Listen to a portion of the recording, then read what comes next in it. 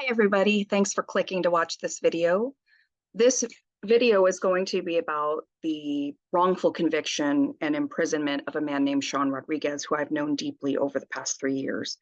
In 2003, he was sent to prison for life for some crimes he participated in, and some very serious crimes that he had no intention and did not do himself.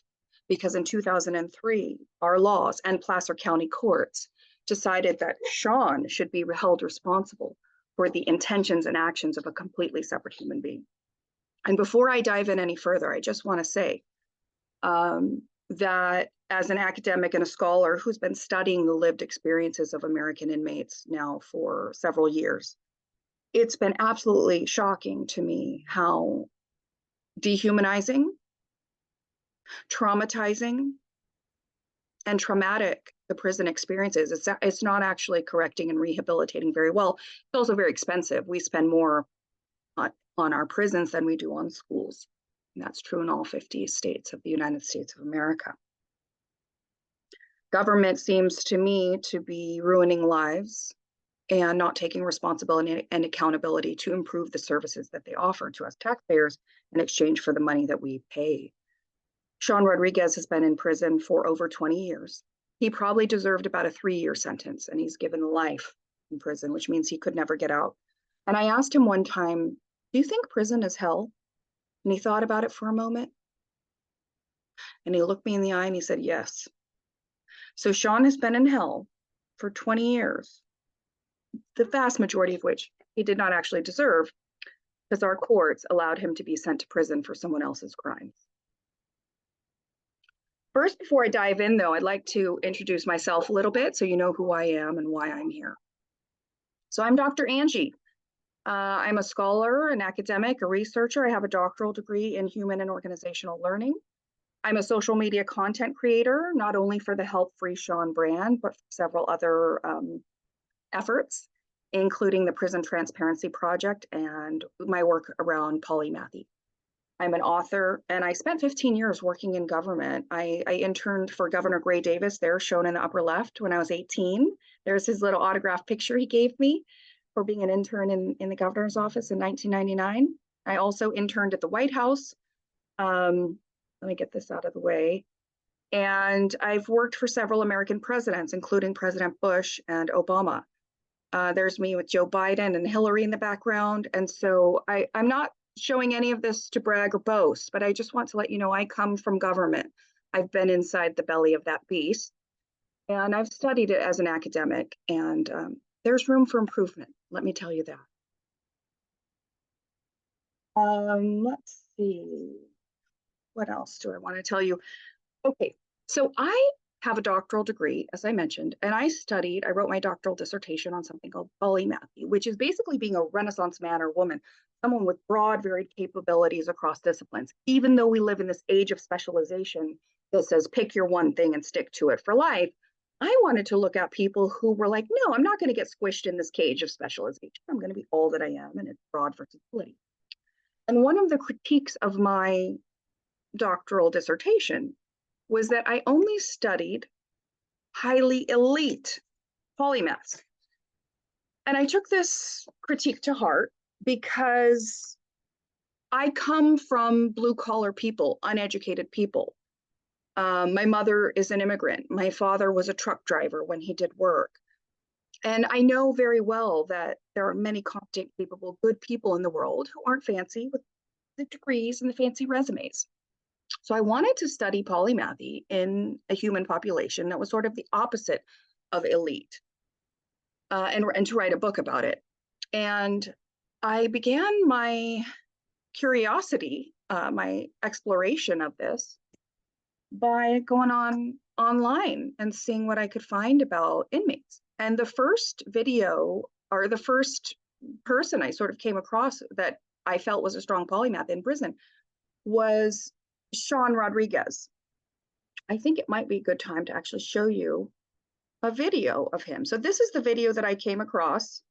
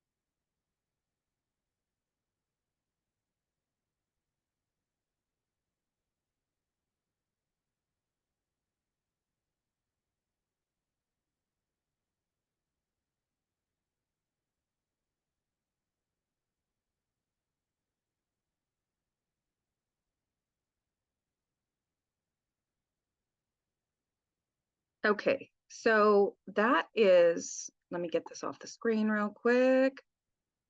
Okay, so I came across that video of a man in prison. Clearly, he had had a cell phone at the time, which is against the prison rules, although obviously prison staff are bringing them in, and they're held very little responsible for that. But the inmates are really given heavy punishments if they have cell phone. But basically, I saw this video of a man who had built a tool, an electronic soldering iron, somehow with spare parts, and then he built a speaker box. And here he is doing a tutorial on how to wire this prison speaker with the handmade soldering iron so he could amplify the sound of his television, radio, or cell phone if he wanted to listen to music or something like that. And my mind was sort of blown, like, wow, how did, and by the way, I Googled him and found quite a bit of information about his case. And I learned that he had been in prison since he was 19, since 2003. And it blew my mind that someone who'd been in prison basically his whole adult life could figure out how to do that. Because I know I couldn't figure out how to think. But he struck me as a strong polymath, and his contact information was right there with the video. His prison ID, the B16387, and I figured out, he's in California prisons, and it wasn't that hard to figure out how to contact him. And I wanted to learn more about him and his experience in prison and how he became so highly capable, even in that environment. So that's what originally started my meeting of Shawn Rodriguez. And although, as I said, I wanted to study the, prison polymaths, what ended up I kind of got derailed on that effort, or delayed anyway, because there was so much I learned about what Shawn was going through in prison and what he had gone through with Placer County courts. And so several other projects ended up emerging as a result of meeting Shawn Rodriguez. Instead of studying prison polymaths, I mostly just ended up studying the lived experiences of modern day California male inmates in prison, and more generally, male inmates in prison in the United States more generally. And based on what I learned about all the abuses and the corruption and the torture and the dehumanization and trauma, I felt like taxpayers and citizens need to know the truth of what's actually happening behind bars. And that led to the formation of the Prison Transparency Project, which is still in its infancy, really, but you can find it on Facebook if you'd like to join and see some of the content that I've created for the Prison Transparency Project. I also have, basically studied the Placer County courts because of Shawn's case, and as well as the Department of Corrections and Rehabilitation in the state of California very deeply. And because of what I've learned about those two entities, the Placer County courts and the CDCR, I'm writing a book, which will be an expose about the courts and the prisons to let people know what's actually happening in there and how your taxpayer dollars are being used. And then lastly, because I deeply, I got to know Shawn because I wanted to write a book on prison polymaths. I thought he was a polymath, but I just got to know him as a person mostly instead. And I cared. I could see that he had been really screwed over by the courts and really deeply traumatized by the government of California more generally. And so because I had looked into his case and because I saw it was such an injustice, I decided to create the Help Free Shawn Rodriguez movement or campaign, which is what this presentation is for. You can find Help Free Shawn Rodriguez on Facebook, TikTok, Twitter, and YouTube, and helpfreeshawn.com. So I've invested a lot of my effort just to bring attention to one case of injustice in hopes that if enough people are watching what's going on and care what's going on, that maybe we can get him out of prison, which should have happened a long time ago, in my opinion. And, I need to let you know that over time, because I got to know Shawn so deeply and because I cared, we became very good friends. I consider him a best friend. And he's a strong polymath. He's incredibly intelligent. He's resourceful. He's thoughtful. He's considerate. He's resilient. He's an amazing guy in prison who was wrongfully sent to prison for life, which shouldn't have happened. He's been a repeated victim of our broken government. And over time, we fell in love. So I am Shawn's significant other. I'm also someone who's worked in government for half a career, 15 years. I've studied government now as an academic, and I consider myself a critiquer of the brokenness, because I think we need to do better and we deserve better. We need to keep government accountable. And government and politics are not the same, by the way. I'm not talking about our political representatives. I'm talking about that big gargantuan machine that keeps grinding along regardless of who is in elected office. So anyway, but the point of this slide is just to let you know, Shawn is my significant other at this point. I would have taken on this effort to help him get out of prison regardless of our romantic relationship or not, because I was so disturbed by what happened to him. But certainly the fact that I love him has inspired me to get involved, to get him out of prison, obviously. Now, I want to shift gears a little bit to talk about like what actually happened. So the next series of slides will be about the actual crime that occurred in March of 2003. All right, so it's March 2003 in Auburn, California, which is just a little bit northeast of Sacramento, the state capital. This is about a 40-hour window when the crime occurred. And the main characters are 19-year-old Anna Rugg, 19-year-old Shawn Rodriguez, and 39-year-old Nicholas Hammond. Those are the three main characters. There's a fourth character, a more minor character named Erin. And that was Shawn's kind of girlfriend at the time. She was pregnant. She was an eyewitness to much of what happened. But as you'll find as I continue this presentation, she was heavily bullied out of speaking the truth of what she saw and knew at the trial. And I also want to let you know the kind of relationship. So we've got Anna, Shawn, and Nick. And Anna and Shawn were, I guess you could say, friends. They had met approximately 3 weeks before the crime occurred. And they were both homeless teenagers surviving together. And, you know, when you buddy up with someone as a homeless teenager, it increases your chances of survival. And Nick and Anna were boyfriend and girlfriend. Although Nick Hammond was 39 and Anna was 19. And the lead up to the crime is basically that Anna told Shawn that Nick had purposefully burned her with a cigarette, and he had made unwanted sexual advances. She was broke. Nick had a little bit of money, and so she wanted to rob her boyfriend, steal some of his money or whatever she could get out of him. And she asked Shawn if he would be around while she did this, in case Nick Hammond tried to beat her up or do something bad to her. And I think Shawn thought she was kind of joking at first, and he's like, "Yeah, whatever. Okay, fine. I'll make sure he doesn't beat you up." So he was trying to be a good friend to Anna. So next, I'd like to tell you, like, what did Anna do at the crime? What did Nick do at the crime? And what did Shawn do at the crime? So this was all Anna's plan. And everyone in the narrative knows that this was all Anna's plan. Anna wanted to take Nick to this abandoned building. And the abandoned building was a juvenile hall, where probably Anna had been at some point in the past. I'm not sure. Anna wanted to get over and do whatever she was going to do at this abandoned building where there were no other people around. And so Anna and Nick and Shawn and Erin went to this building, and it was vacant. And so Erin and Shawn went kind of roving and wandering, meandering through the building and kind of check out the lay of the land. And Anna and Nick were separate. And at one point, Anna tricked Nick into like running in and thinking something was wrong.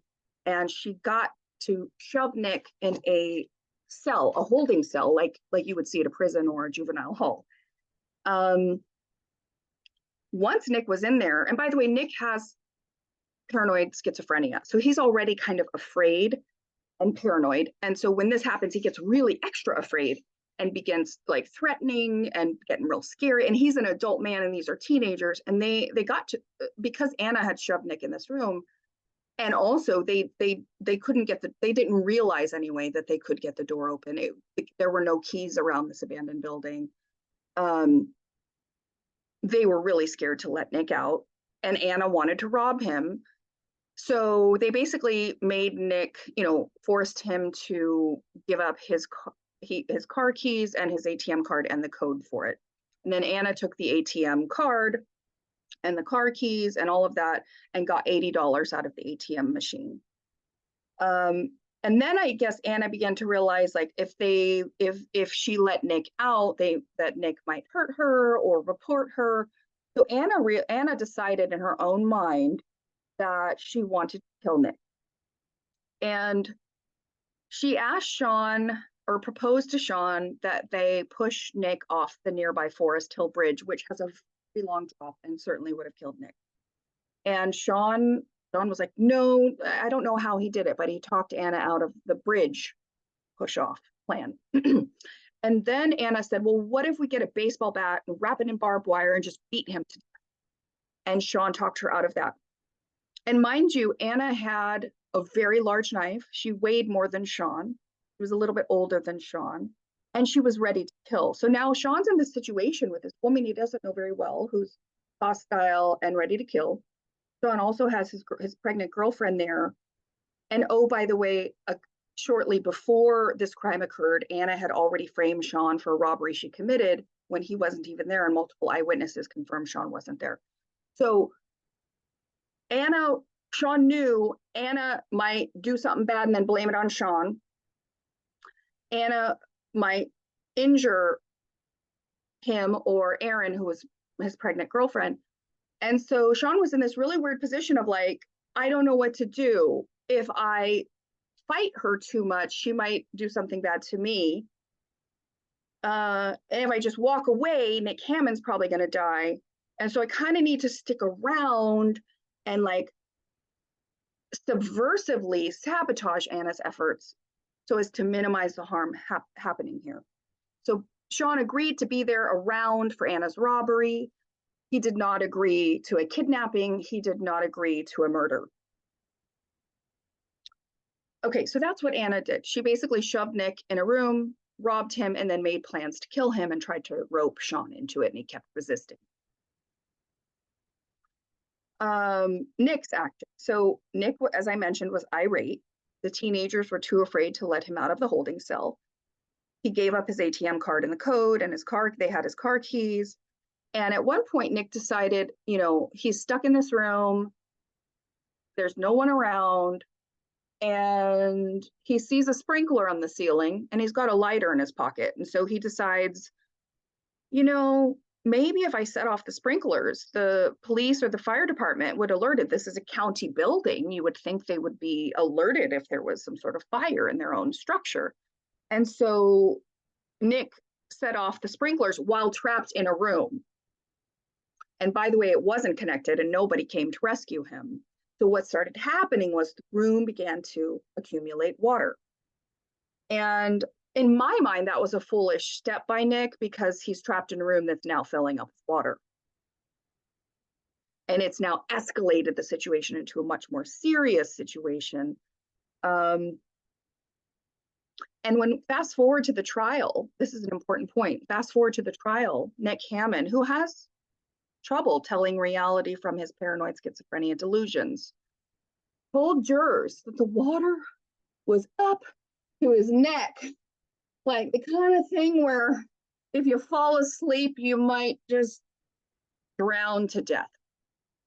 So Nick misled jurors. He committed a crime called perjury, which is lying under oath in a trial or in court.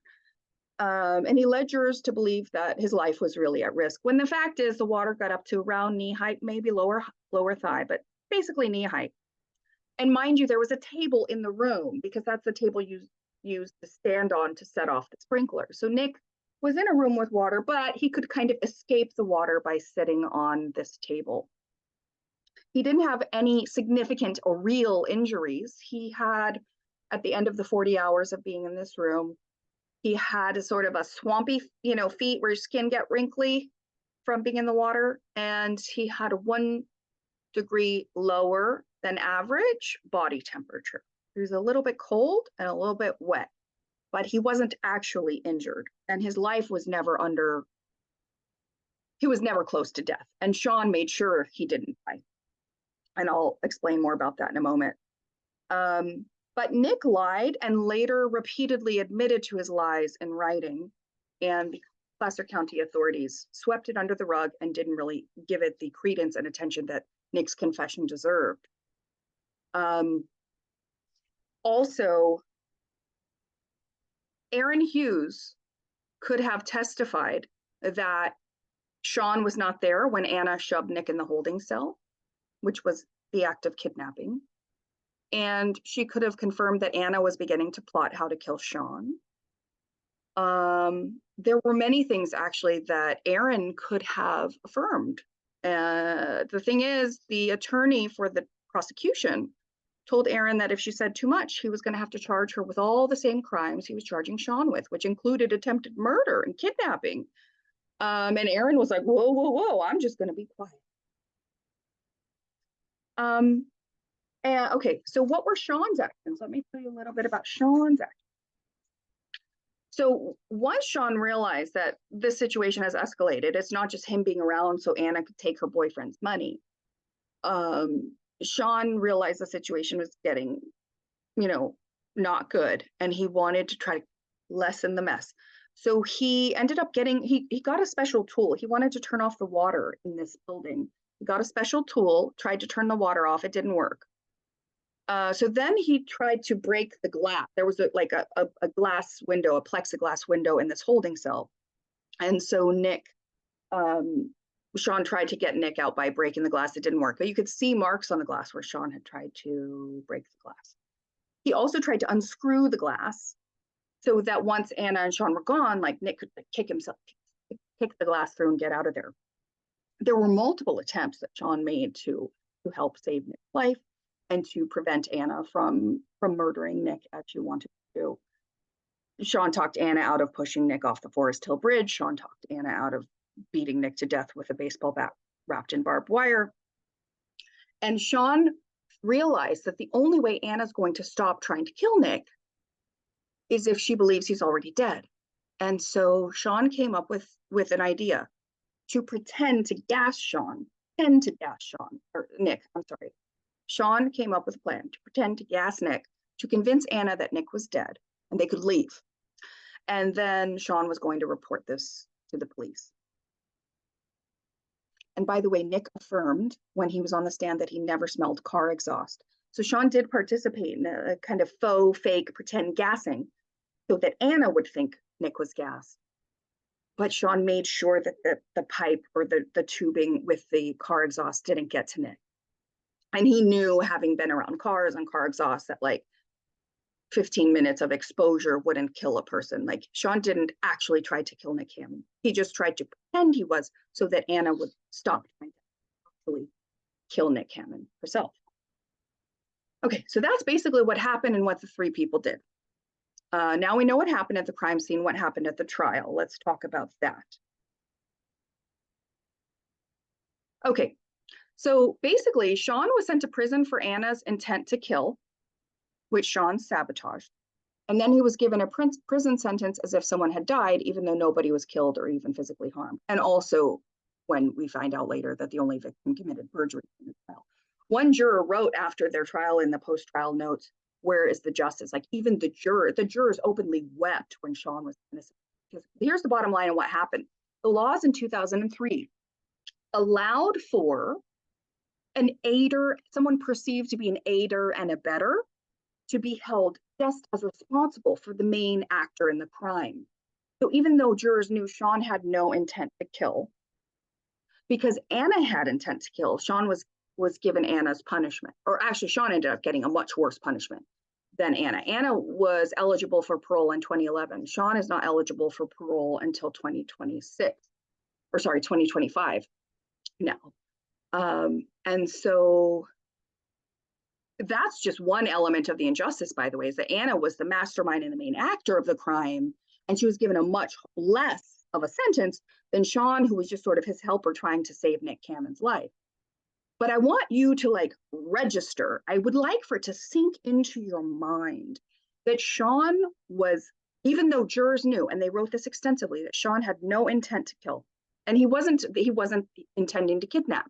Jurors knew this, and they wrote about this in their statements. But Shawn had no intent to kill. To convict someone of any kind of murder crime whatsoever, whether it's murder, attempted murder, or conspiracy to commit murder, in order to find a person guilty of those things, you must believe that that person has intent to kill. If someone has no intent to kill, you can't send them to prison for any kind of murder crime because you have to have the intent to be guilty. And jurors knew Shawn had no intent to kill. But the judge And the district attorney told jurors, if Anna has intent to kill and Shawn did anything at all to help her, then he is guilty of that intent to kill as well. Did that sink in? That means that if you were in Shawn's position in 2003 in California, that if you were just around while someone else did heinous things, around and even perceived the most minute way of helping, that you could be sent to prison for a murder crime you didn't do, you had no intent to do, and that you act, even if you sabotaged it and prevented it, you could pay the ultimate price with life in prison for something. Now, by the way, the laws have changed, and I'll speak more about that later. Shawn got 25 to life, even though nobody was physically harmed. Even though he was sabotaging Anna's attempt, Shawn still was given a 25 to life. Now, actually, let me go back one slide. So Shawn was given I want to speak more about this. Shawn was given a 25 to life sentence for conspiracy to commit murder. Even though no one was physically harmed, he still received the same prison term as if a human being had actually died. And mind you, the average prison term that someone serves for a real murder, an actual murder where there's a dead human being, is less than 18 years. That's the going rate. If you kill a human being, the average is you'll pay for it with 18 years of imprisonment in the United States. In this case, nobody was killed or even physically injured, and Shawn has been in prison for more than 2 decades. Nick Hammond is still alive and well today, has no lasting physical injuries from his March 2003 experience, and though the emotional turmoil of those 40 hours certainly must have had many negative effects in his life, keep in mind that Hammond lied at trial, leading an innocent man to life in prison when Shawn deserved at most a handful of years for his involvement in the robbery and an auto theft, maybe. In my opinion, it gets even more ridiculous, the Shawn sentence, because having studied this case, I can see Shawn was working to save Nick Hammond's life.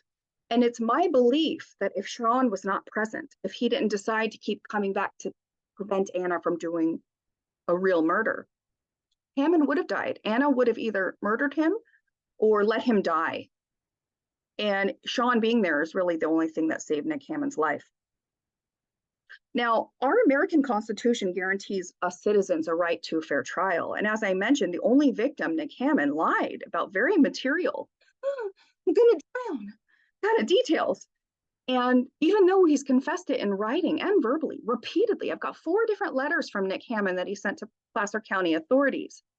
And I also sent an attorney to talk to Nick Hammond, which he asked for. He said, send your attorney. So we did when he was locked up. By the way, he's a convicted sex offender, child molester, pedophile, paranoid schizophrenic, and a known meth user and meth addict. And so he goes in and out of jail and prison like that's just regular life. And so last time he got locked up, I sent an attorney, and Nick Hammond, still very paranoid and schizophrenic and not grounded in reality, he did at least have the clarity of thought to say, yeah, I did lie at trial. He still admits that. And Anna was the mastermind of all of this, not Shawn. But, you know, our Constitution allows us all, it guarantees us all the right to a fair trial. And when the only victim comes back years later, 12 years later after trial and says, hey, I'm Christian now, I lied, then that wasn't a fair trial, was it? When jurors were told false testimony by the only victim, that is the definition of an unfair trial in my view. And by the way, we're pretty sure that District Attorney, Prosecuting Attorney William Markey knew that Hammond was lying on the stand, and he went along with it so he could win the trial. The truth did not matter to William Markey. A win in court is what mattered to him. So Shawn got no fair trial, and Placer County does not care. They swept it under the rug, and Shawn has remained in prison an additional 8 years after Nick Hammond's confession of perjury. Now, here are some of the newspaper articles that the Auburn Journal published regarding the trial and what happened. And you are welcome. If you Google any of these headings, I'm sure you'll find them. But there was plenty of coverage, just FYI. Now I want to, okay, let's step back. I know this is heavy stuff. Let's re-examine and synthesize and summarize what we've learned now about this case.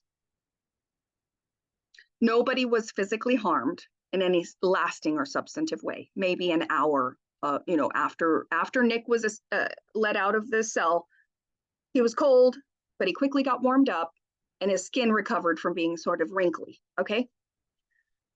The only victim is a schizophrenic child molester, meth addict, and he has confessed repeatedly to lying during the trial about significant and material details. The level of the water, which could have killed him. Shawn's co-defendant, Anna, had a history of framing Shawn. I didn't speak about this enough yet, but there was a church, I mentioned once, there was a church robbery a week or two before the Hammond incident. Shawn wasn't even there. 2 teenage boys were. Anna said it was Shawn that did it, and the 2 teenage boys told the police when they came, no, Shawn wasn't even here. Anna did the robbery. But what you see is that Anna's already trying to frame Shawn for a crime she did. And also, after all the Hammond stuff happened, she left a note in a gas station saying Shawn kidnapped her, which was not true at all. And the police never even brought the kidnapping charges of Anna to Shawn because they knew she was lying. And I'll speak more to this later, but these details were not allowed in trial. And so this might have shaped the way that the jurors saw, and it would have helped the jurors see that Shawn was actually a victim of Anna Rugg. But instead, he was seen as the bad guy and given an even worse sentence than Anna. And by the way, Anna had a separate trial, so there were different jurors.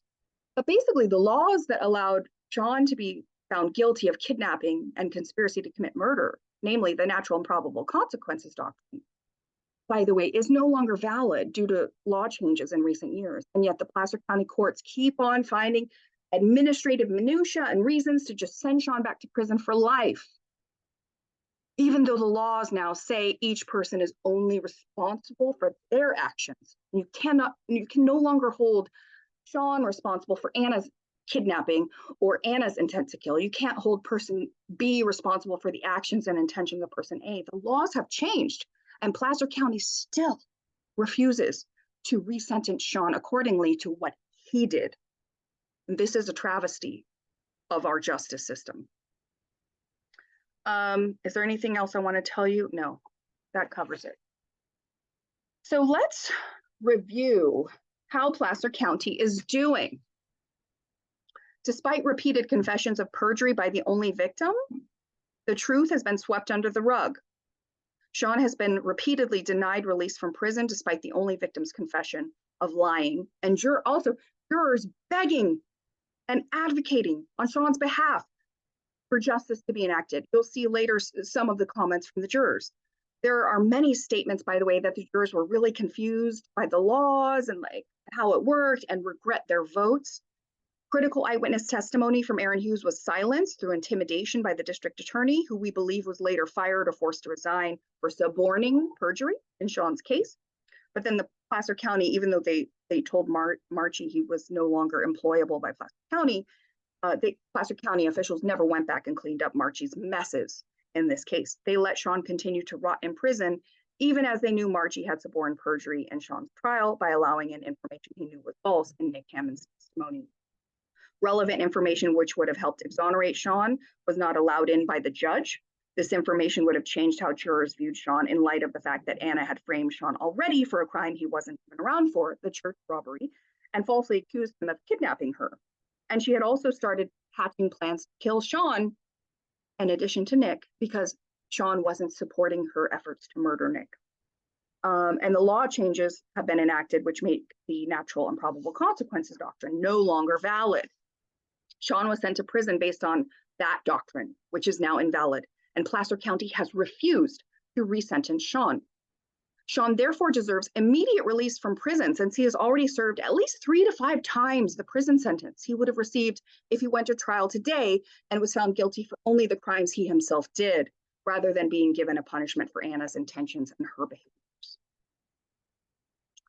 So now I want to tell you a little bit more about each of the three main characters in this case, Shawn, Anna, and Nick. Let me just tell you a little bit more about them. Let's go dig a little bit deeper. So Shawn was a 19-year-old homeless orphan at the time he got swept up into Anna's crime scene. Shawn had been raised by the state of California since he was 8 and was orphaned by his parents. Shawn did his best to protect Nick, as well as Shawn's girlfriend, Erin, and himself against Anna's desire to kill. Anna was murderous and ready to kill. She was armed with a deadly weapon, a huge knife, and had framed Shawn already for her crimes in the past. So Shawn had to navigate this situation very carefully so as not to upset her too much and then receive her wrath, either framing of the crime or physical harm to her or Erin or Nick. But he sabotaged Anna's efforts in order to save Nick Hammond. Shawn was sent to prison for life for intent to kill that he didn't have, to murder someone who didn't die and wasn't even physically harmed, and later repeatedly confessed to lying at trial. He was given over double the prison sentence as Anna Rugg, who was the main perpetrator of the crime here, while he was convicted as her aider and abettor. How can you get more prison time as an aider and abettor? This is further evidence of the brokenness of our justice system. He received a harsher sentence than the main perpetrator of the crime. Shawn has earned countless certificates, participated in many different prison programs, and engaged in countless rehabilitative efforts while incarcerated the last 20 plus years. He is proudly drug and gang free for his entire prison term. He's read more than 1,000 books in prison. He's certified as an electrician now and ready to work. And he has family, that's me, to come home to.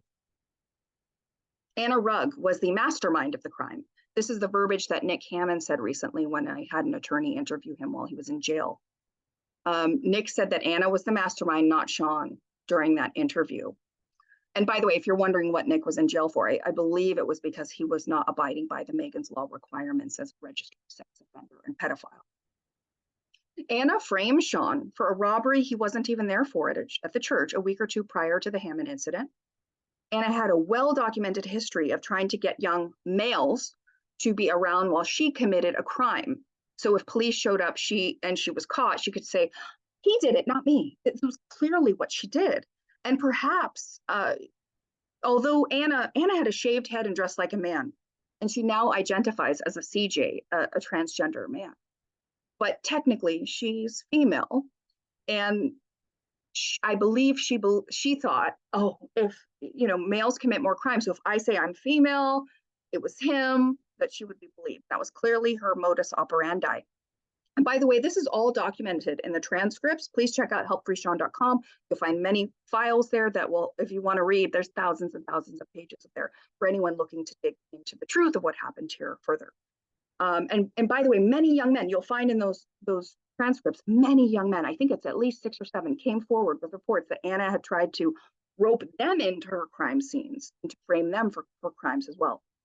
Anna wrote a note claiming that Shawn had kidnapped her. She left this at the gas station. She was literally trying to frame Shawn for the crime right here, even though she was the mastermind, and even Nick admits that. And the system let Shawn get, double the prison term that she did. I mean, this is sexism in our law and our courts, that males are more harshly punished than females. Anna was armed with a deadly weapon, and she began discussing plans to kill Shawn in addition to Nick, in front of Erin, who was an eyewitness to many of the crimes that occurred, but was scared into silence and not speaking the truth of what she witnessed and heard. Because William Markey didn't want the truth, he wanted a win in court. Nick Hammond. Anna Rugg was the mastermind, not Shawn. Nick's severe paranoid schizophrenia raises questions in general about the credibility of his testimony. Nick Hammond, the victim of the crime, was Anna's boyfriend. He was 39 years old and she was 19 at the time. So that tells you a little bit about what he likes and what he's into, I guess. And by the way, there's his Megan's Law photo. Anna and Shawn, Anna told Shawn that Nick had harmed her by burning her with a cigarette. And Shawn had witnessed Nick making unwanted sexual advances at Anna. So he's a convicted child molester, a pedophile. And I think Shawn felt some protection over Anna for these reasons. So when Anna told Shawn she wanted to rob her boyfriend and wanted Shawn to be around to help protect her, and even though he'd only known Anna for a few weeks. I think he just agreed to be there because he felt like this guy's a monster and he's hurt Anna, and if she wants to get some money out of him, and whatever, do what you need to do, kind of a thing. Nick Hammond also, a little bit more about him. So Anna took Nick to an abandoned juvenile home. Anna did that. And Shawn was in the same building with his pregnant girlfriend at the time, Erin. And I know some of this is repetitive, but I just want to make sure it sinks in. So while Erin and Shawn were walking around exploring this abandoned building, Anna shoved Nick into a holding cell, which Nick could not get out of. So she alone kidnapped Nick Hammond. But later, Shawn received a life sentence for kidnapping when he wasn't even physically present or participating in that act of shoving him in the cell. Shawn was in a separate part of the building, couldn't even see or hear anything that was happening. And Shawn tried to get Nick out of there when Anna wasn't looking. He was still sent to prison for life for kidnapping he didn't do because Anna did it. Literally, Shawn was given a life sentence for kidnapping he didn't do. Nick Hammond was stuck in the holding cell. Anna and Shawn left and came back and left and came back. And so Nick, as I mentioned, decided to set off the sprinkler because he figured local authorities would be alerted, the fire or police, but they weren't. So there he was, trapped in a room with water pouring in. And of course, the water escaped through the bottom of the door. This is not like a watertight room. At trial, Nick lied and said the water got up to his neck, implying he was close to complete drowning in that room. And that was a lie, to which Nick later confessed 4 separate times in writing to Placer County authorities. They swept his confession of perjury under the rug and let Shawn continue to rot in prison over Hammond's lies. And it has been 8 years since Nick wrote those letters to Placer County that they have ignored, basically. So let's look at the letters. Let's look at them. I'm going to read some of the highlights. Let me come right to the point. I perjured myself in a trial against 2 different defendants back in 2003, but I'm a Christian now in your county. I lied about how deep the water in the cell got. It didn't get up to my neck. It only got up to the lower part of my thighs. Another of Nick Hammond's letters. Maybe you didn't understand, but I perjured myself in the Anna Rugg and Shawn Rodriguez cases. I'm also the victim in the case. Another letter from Hammond. If you want to know what exactly I perjured myself about, I suggest you have your lawyer come see me. I saw the Placer County DA's investigator on Friday, April 24th, 2015, and I told him what I lied about. And he said nothing would come of it because their appeals were all over. I'm not saying any more in a letter, so I suggest you have your lawyer come see me, which is what I did in 2022. So let me tell you about a few of the other characters in this narrative. Bad actors being the government, Placer County authorities, the district attorney, and the judge. Try not to cringe as you hear about how our government employees are functioning in that county. District Prosecuting Attorney William Markey knew Nick Hammond was lying, but he suborned or allowed perjury anyway. And we're fairly confident that he was later forced to resign or retire for his behavior in Shawn's case, though Placer County never went back and cleaned up Markey. He also manipulated Erin out of speaking the truth as a critical eyewitness, which would have alerted the jury that Shawn was Anna Rugg's second victim.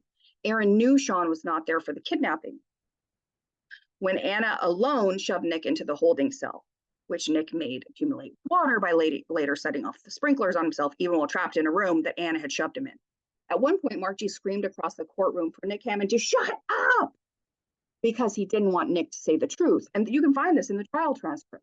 If you want to know the page number, reach out to me. I'll let you know. Markey wanted to keep up with the lies, Nick's lies that Nick was probably coached to tell. I guess we'll never know. So this sheds light on the misconduct and the questionable practices that could have affected the outcome of the case. Presiding Judge Francis Carney, spelled Kearney, it's pronounced Carney. He did not allow in critical information that Anna had framed Shawn for the church robbery just prior to the Hammond incident, that she had framed Shawn for kidnapping as part of the crime at hand, which we know wasn't truthful, and that she also had a well-documented history of trying to frame many different boys and men. I think, like I said, there were at least 6 or 7 boys or / young men that came forward and said, yeah, Anna tried to get me involved in her crime scene too, clearly so she could have a scapegoat. And jurors didn't get to hear any of this critical information because the judge didn't allow it. And I think it's because she viewed Shawn through the lens of he's guilty, none of this matters. Just find him guilty and don't present anything which would exonerate any of his actions. Now, there's also Erin Hughes, and this, let me just tell you a little bit more about her. This is Shawn's older pregnant girlfriend. She was witness to much of what occurred with Shawn and Anna and Nick, and she was scared out of testifying by William Markey. She was told if she said too much, he'd have to charge her with all the same crimes that Shawn was being charged with, including attempted murder. And as a result, Erin pled the fifth repeatedly during the trial. She wouldn't speak because she didn't want to go to prison for life like Shawn. So Erin overheard and Anna discussing with Anna's uncle about killing Shawn in addition to killing Nick, because Shawn wasn't going along with her plans to kill Nick. And this information also never got into the trial because prosecuting attorney William Markey had worked so hard to scare Erin into silence. Now let's take a look at the jury. What happened with the jury? The jury foreman lied by omission about critical information. He was from a law enforcement family, but he did not tell this during jury selection, which they would have asked about. We only know this because after the trial, a news reporter got a quote from him where he shared that his father was a prison warden. Some people make mistakes and some people don't. So this was not a neutral arbiter of justice. And he volunteered to be the foreman. He wanted to be it. And he pressured jurors to go guilty on all counts. And he was a commanding figure. And that was part of why many jurors voted against their gut feelings and their beliefs, is because they had so much pressure between Markey and Kearney and the jury foreman to just vote Shawn guilty on these things, which he hadn't actually done himself. One juror wrote a statement after the trial begging, he used the word beg, the judge to change Shawn's sentence. Many jurors admit to being very confused in their post-trial statements and regretting their votes. And had jurors known that Nick Hammond was lying through his teeth while on the stand, and that there was evidence that Shawn was Anna's second victim, perhaps they would have voted differently, but there was no fair trial, which is our constitutional right. This could have happened to you guys. Wrong place, wrong time, broken justice system, you go to prison for life for something you didn't do. One juror said he felt tricked into the verdict by a district attorney that had a go for the throat attitude, which is inappropriate and overly aggressive towards Shawn. And many jurors openly wept as Shawn's sentence was read to him. They could not believe what was happening before their eyes. Now, I want to tell you a little bit about Louise Daggett. This is a juror I found and I messaged with and spoke with. And this is a message that she texted me. And I also had an investigator reach out and talk to her. And this is one of the statements that Louise Daggett made, November 13th, 2022. It grieves our hearts as it did 20 years ago when Shawn was given an unjust life sentence. As one of the 12 jurors, we were all shocked and very disappointed that the instructions we were given by the court on how we had to make our verdict would have such a horrible, tragic, unjust consequence for Shawn. We could not imagine such an unfair justice. I'm sure all the other jurors feel the same way. In light of Nick's perjury confession, my sincere hope and prayer is that this terrible, unjust wrong to Shawn will finally have some mercy and even some financial compensation towards his new free life, which he more than deserves in my strong opinion. I gave my deposition. I hope it matters, as well as the depositions of all the other jurors who I'm sure feel the same way. Let's dig a little deeper into the jurors. Okay, here's one juror. I'm going to review a bunch of juror statements in writing. You can see this is what they filled out after the trial.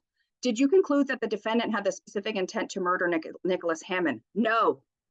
That means Shawn cannot be sent to prison for conspiracy to commit murder unless he's sent there because of Anna's intent, which is what happened. And by the way, intent is entirely personal. Like, you cannot control someone else's intent. How can you blame Shawn for Anna's intent when Shawn can't control her intent? It's ridiculous that this happened in our justice system. Did the jury seem to discuss and understand that the law requires the same specific intent to kill for conspiracy as for attempted murder? Mind you, the jurors voted Shawn not guilty of attempted murder, but then they voted him guilty of conspiracy to commit murder. And it's like, well, if he didn't have intent over here, how could he have intent over here? They were inconsistent, and therefore proves the injustice of their findings, of their vote. We discussed, but obviously did not understand that the law requires. Again, do you have any regrets regarding your decision in this case? That we did not have an understanding that the law requires the same specific intent to kill as it does for conspiracy. Based on the evidence you have heard in this case, do you feel that life imprisonment is a fair punishment for Shawn Rodriguez? Please explain. It seems very harsh given that I do not believe he intended to kill him. I do believe that Shawn did not want to open the cell door for fear of N. Hammond. Shawn obtained the hacksaw to turn the water off. We'll never know if he would have called the police to report. I believe he would have. I don't believe Shawn was a part of a plan to entrap the victim that weekend. They just happened to run in. Here's a juror saying, no, Shawn didn't do the kidnapping, and I know it. He wasn't participating in the kidnapping. Some more juror statements. Did you conclude that the defendant had the specific intent to kill Nick or to murder Nicholas Hammond? Another juror saying, no, clearly, N-O, clear. No wondering, no maybe, no. They knew Shawn had no intent to kill. Did the jury seem to discuss and understand that the law requires the same specific intent to kill for conspiracy as it does for murder? No, I don't believe so. The jury didn't understand what they were doing. Do you have any regrets regarding your decision in this case? Yes, punishment is too severe. Is it your conclusion after hearing all the evidence that Shawn Rodriguez wanted to kill Nicholas Hammond? No, he wanted to please Miss Rugg, but no, I do not believe there was intent on his behalf. Based on the evidence you have heard in this case, do you feel that life imprisonment is a fair punishment for Shawn Rodriguez? Please explain. No, I was shocked when I heard how severe the punishment could be, even though jury instructions stated that we could not reference the punishment in our decision-making. It is of my opinion that the punishment does not fit the crime. Nobody was hurt. Where is the justice? This is from jurors, okay? Again, another juror said, I personally thought Mr. Rodriguez was guilty of false imprisonment, robbery, and auto theft only, and innocent on all other charges. Yet he was still sent to prison for life for kidnapping and conspiracy to commit murder. What the heck? So let me wrap up and review. And I promise I'm going to stop talking soon. This has been going on for a while. Recap. Shawn was born in 1983. In 1991, he became a ward of the state. He didn't know who his dad was, and his mom just was a drug addict and gave him up. In 2001, Shawn was released from the state's care at 18 years old. Go be homeless. No jacket, no sleeping bag, no money, no phone, nowhere to go, no resource, no training, no job, nothing. The state did nothing. Just go be homeless. By the way, nowadays, the state of California knows when people age out of the foster care system that they need to provide some funds and some money. Now they have the humanity and the common sense to do that. But back in 2003, it was like, no, there you go be homeless. You're 18, go be homeless. So in 2003, when Shawn participated in a robbery, his friends were the $80 robbery and the driving of Nick's car. You can kind of understand. I mean, if you were a homeless teenager with no resources, you might participate in a robbery to not die also. Wouldn't you? I know I would. So in 2003, the crime occurred. Shawn thought it was just going to be a robbery of Anna to Anna's boyfriend, their robbery. And Anna turned it into a kidnapping and a potential murder scene, while Shawn bravely stuck around and sabotaged her efforts to save Nick Hammond. And at trial, Hammond committed perjury, and he's an unreliable schizophrenic witness, drug addict, like very unethical pedophile. And he claimed he was near death by the water in the room that he set off on himself. And he eventually confessed it was only ever up to like the lower thighs. And by the way, Nick affirmed on the trial that he never smelled car exhaust. That was a fake attempt by Shawn to get Anna to believe that Nick was dead so Anna would stop trying to kill him. And Nick Hammond confirmed he never smelled the exhaust, and Shawn knew that exhaust never got to him. In 2015, Nicholas Hammond writes a series of letters confessing to his perjury. In 2017, Shawn's legal efforts to obtain a retrial or resentencing are squashed by Placer County officials, despite Nick's confessions repeatedly. In 2022, Shawn submitted a writ of habeas corpus to get a retrial or resentencing, given that the natural and probable consequences doctrine, which sent Shawn to prison for life based on Anna's intent and Anna's kidnapping, have been made unlawful, and the petition was denied. Can you believe that? So we have now submitted a petition, an appeal to the Court of Appeals, and we're waiting on their response to finally enact justice here. And by the way, quick thing, a youth offender basically says that if you're under the age of 26 when you commit a crime, you cannot be held as responsible as culpable, because we know now from science basically that our brains are not fully developed, and so kids deserve a bit more leniency. But Shawn was given no such leniency. Here's a list of some of the things that Shawn has accomplished while locked up. He's certified in all these things. He's had all these different jobs. He's ready to work. He has done so much, and there's just an overview. After prison, once Shawn's out, I have done a lot of work to make sure that he's ready to thrive. He's got a bank account. We have a birth certificate, cell phone. He's got job offers. He's got a place to live. He's got a car to drive and a family ready to love him, already waiting for him upon his release from his undeserved and extremely lengthy incarceration. He has plans to work in real estate with me. He might work in trucking. We have plans to do some content creation and to work in court and prison reforms, which are necessary to create a more humane and more just world for all of us. And remember that Shawn's story could happen to you or someone you care about. We need to demand justice now for Shawn and help us ensure that other victims of our government get their stories told too with our upcoming advocacy work.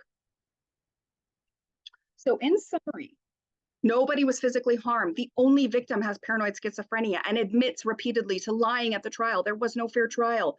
His confessions have been swept under the rug by Placer County officials who are paid by citizens to uphold our laws, and they're not doing it.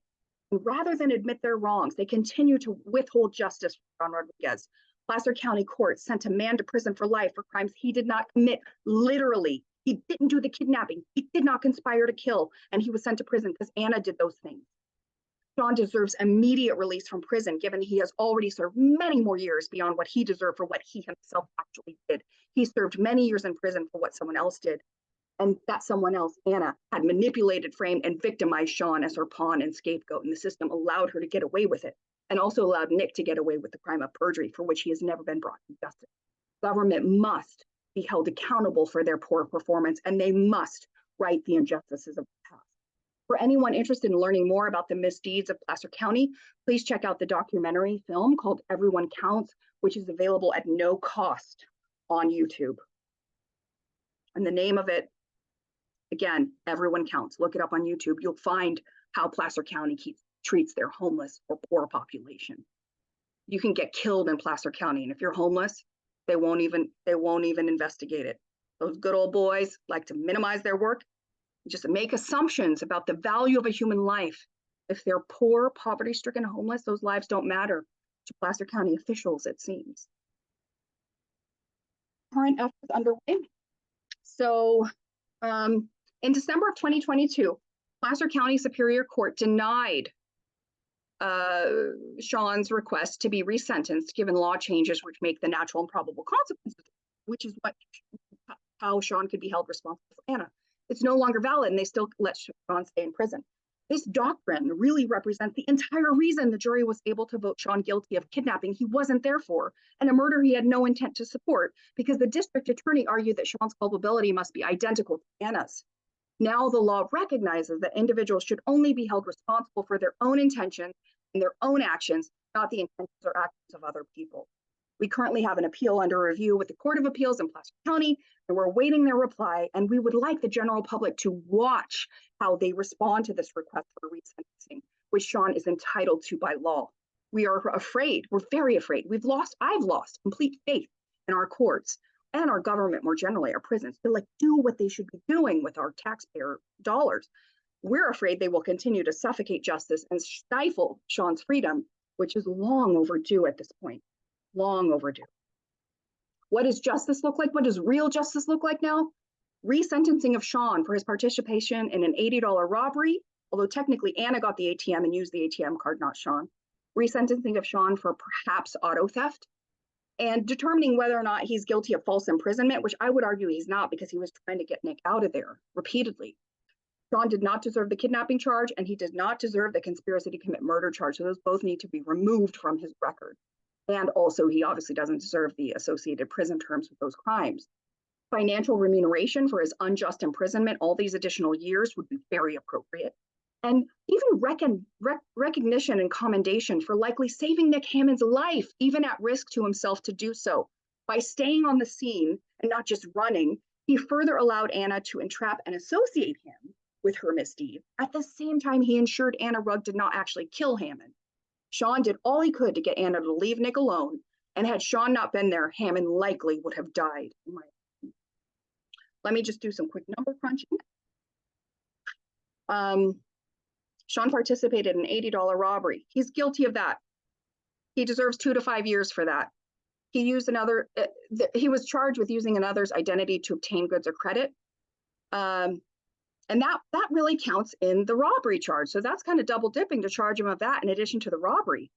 Auto theft, I guess you could say he's guilty. Yeah, sure. He deserves 16 months to 3 years for that. False imprisonment, I'd say he's innocent of that because he tried to get Nick out of there. So he doesn't deserve any time for that. The aggravated kidnapping for extortion and conspiracy to commit murder, I hope I've made it clear by now, Shawn did not deserve any time for those crimes because those are crimes Anna did, not Shawn. Shawn deserved a total. If you add up all that, he deserved 3 to 8 years. He's already served more than 20. We're currently awaiting Placer County Courts, the Court of Appeals response to our recent submission, so please stay tuned. Stay tuned. If you want to find out more information, let me expose the QR code better here. Go to Help Free Shawn, check us out on YouTube, Facebook, TikTok, or Twitter for more information about this case. All right, guys, that is all. I hope that this presentation helped convince you, as I have become convinced having studied this case for several years, that while Shawn was not completely innocent of any crime, he was innocent of kidnapping and conspiracy to commit murder, and all the jurors knew that. And the laws which allowed him to be sent to prison based on Anna's behaviors and Anna's intent are no longer valid. The natural and probable consequences doctrine, thank God, has been overturned because it allowed someone to be held responsible for another person's actions and intentions. And we all should be responsible for our own intentions and our own actions, not that of other people. All right, that's all for now. Thank you for watching, and please check us out again on our social media. All right, bye.